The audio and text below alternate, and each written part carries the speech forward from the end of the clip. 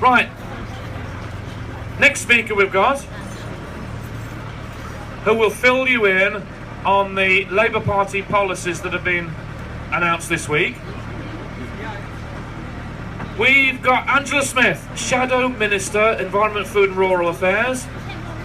So she's going to tell us about Labour this week made their annual welfare election pledges, which, as we know, includes an immediate stopping of the coal. We do not want to see another coal this summer. Here's Angela. Thank you, Nigel. Thank you very much. It's great to be here amongst friends today. Wasn't that a superb tour de force from Dominic Dyer? Wasn't that just? Hear, hear. Now, I just want to talk to you all today, not just about badger culling, but about a number of animal welfare issues. And the first thing I want to say to you is this. We all know that the majority of the people of this country are against fox hunting and against the badger culling.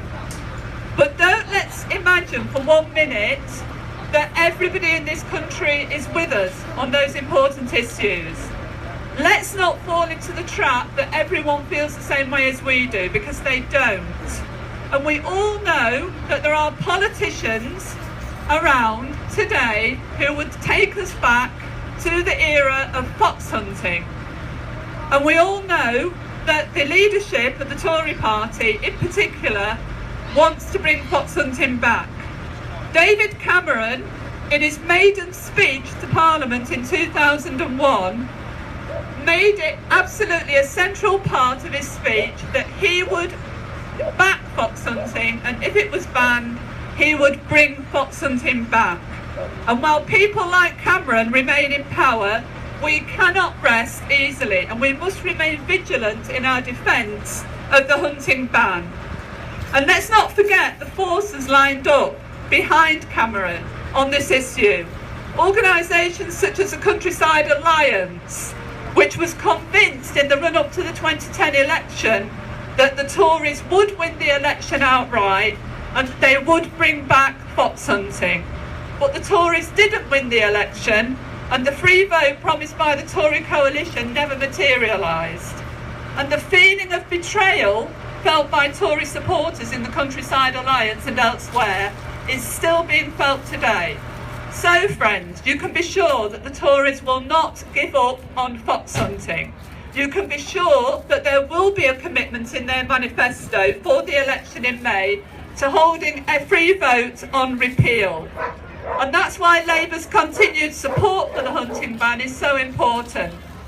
We have committed in our manifesto to keeping the ban on fox hunting. We are passionate about this, and we know that for as long as we make it a central part of our animal welfare policy, we are sending a very important and clear message to the Tories. Don't mess with the Hunting Act. Don't think for a minute that we're going to let you get away with it, because we will work tirelessly to defeat the Tories on their attempts to bring back the ban. And we know that we will be supported by you, all of you, and by organisations like the League Against Cruel Sports, I4, the RSPCA and many others. All organisations that Labour is proud to stand alongside today, and indeed on other issues too. Because of course the Tories may in this Parliament have backed away from its promises on fox hunting, but they have pressed ahead with the hated badger cull, a policy which has no basis in science and was only made possible, and let's not forget this, because there was one really important source of support for the Tories in Parliament as far as badger culling was concerned, and that was the Liberal Democrats. Without the support of the Lib Dems, the culling could never ever have been introduced.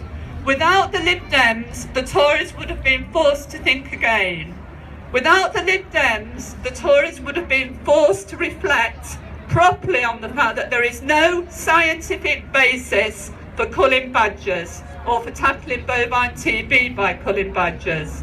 Now, don't get me wrong, bovine TB is a dreadful disease and it threatens the livelihood of farmers and it has to be dealt with. but killing badgers indiscriminately, inhumanely and ineffectively is not the way to do it. In 2012, 30 leading scientists wrote to The Observer, making it clear that badger culling could make no meaningful contribution to the eradication of bovine TB. But this government only listens to science when it wants to, and it pressed ahead with its plans for indiscriminate slaughter in the pilot zones. But as you all know, the badgers moved the goalposts, didn't they? And the Tory culls failed miserably. Now, when, as you know, the first year of the pilot course was assessed by the independent experts panel to have failed on the grounds of both humaneness and effectiveness, the government decided to learn a lesson from the badgers and decided that it too would move the goalposts, that it would no longer use the independent experts panel to assess the culling as it was rolled out across Somerset and Gloucestershire. So there we have it. Despite 2 parliamentary debates and huge majorities against the cull, in the face of opposition from both scientific opinion and public opinion, the Tories remain wedded to their inhumane, ineffective slaughter of the badgers. But Labour is committed to stopping the cull. If Labour wins the election, we will stop the badger cull immediately. Because we believe that the best way forward when it comes to tackling bovine TB is tied to biosecurity, tied to control of cattle movement and vaccination. We will tackle bovine TB, but not by slaughtering badgers. We will stop the cull. But we will do more than that. We will do more than that. We will also ban wild animals in circuses. How can it be right in the 21st century that these beautiful animals should be kept in captivity just so they can be used as entertainment? How can that be right? And we will tackle the horrors of puppy farming by reviewing the regulations relating to the breeding and sale of puppies and kittens. And we will commission an independent review of the animal welfare aspects of the shooting industry. With declining raptor populations and the hen harrier on the brink of its extinction, we must do something to tackle the illegal persecution of our beautiful and precious birds of prey. Last but not least, Labour remains as committed as ever to tackling the illegal wildlife trade, the international wildlife trade. My friends, when it comes to animal welfare, there has never been a more important election than the one facing us in May. It's a choice between those who want progress, to defend what we have already and to make further improvement to animal welfare standards, and those who want to take us back to the 19th century.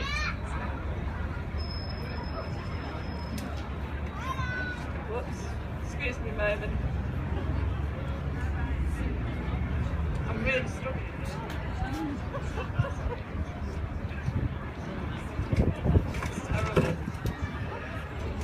It's a simple choice. It's the choice between those who support fox hunting and those who don't. It's a choice between those who want to carry on culling badgers and those who want to stop the cull. It's a choice between those who don't have the political will to ban wild animals in circuses and those who want to do something about it. Let's hope that we get those choices right in May. Let's vote for animal welfare. Thank you very much.